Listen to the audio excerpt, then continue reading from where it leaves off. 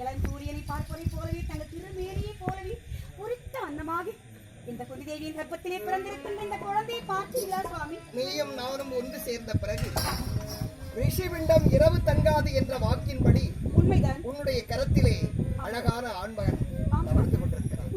மகிழ்ச்சி. எனக்கு நேரமாகிறது. நான் உலகிற்கு ஒளி கொடுக்க வேண்டும்.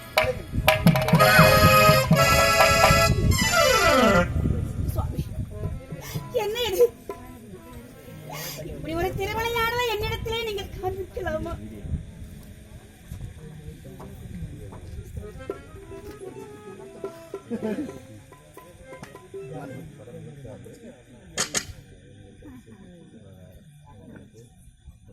சரி,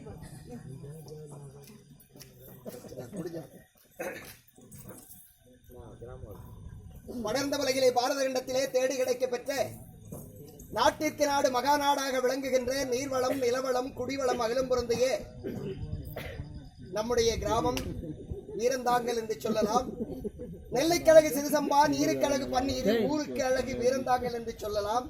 அந்த பெருமைக்குரிய பல தெய்வ ஸ்தலங்கள் நிறைந்த நம்முடைய கிராமம், கிராம தலைவர், கிராம பெருதனம், கிராம நாட்டாண்மை என்னும் கவுன்சிலர் இருக்கின்ற இளைஞர்கள் அனைவருமாக ஒன்று சேர்ந்து இந்த நாடக மன்றத்திற்காக 101 ரூபாயை கிராம கொண்டாடலாக வழங்கியிருக்காங்க. அதே போல நம்ம எல்லாம் விட்டு இயற்கை எய்திய சாமுண்டி அம்மா அவர்கள் இன்னும் 10 ஆண்டு காலம் ஆரோக்கியத்தோடு வாழ வேண்டியவர்கள். அவர்கள் இறைவனிடத்திலே சேர்ந்து விட்டார். அந்த ஆன்மா பிரிந்த பிறகு அவர் மட்டுமல்ல, ஒவ்வொரு குடும்பத்திலும் அப்படி பிரிகின்ற பொழுது அந்த ஆன்மா 16 நாள் நம்முடைய கிரகத்தை சுற்றி இருக்குமாம். நம்முடைய சொந்தம், நம்முடைய இரத்த சம்பந்தப்பட்டவர்கள், நம்முடைய பிள்ளைகள், நம்முடைய பெண், நம்முடைய சகோதரர்கள், நம்முடைய தாய் தந்தை நமக்கு என்ன செய்கின்றார்கள் என்பதை அவர்கள் ஆன்மா அந்த 16 நாள் நம்முடைய கிரகத்தை சுற்றி இருக்குமாம். அந்த 16வது நாள் என்று சொல்லுகின்ற அந்த நினைவு நாளாக அவருக்காக இந்த நாடகம், கதை, காலாட்சேபம் இப்படி பெரியவங்க காலத்திலே செய்யக்கூடியது.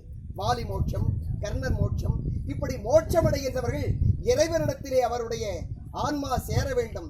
அந்த கர்ணன் நாடக முடிவிலே கூட நாராயணனிடத்திலே கர்ணனுடைய ஆன்மா போய் சேருகிறது. அதுபோல அவருடைய ஆன்மா சேர வேண்டும்.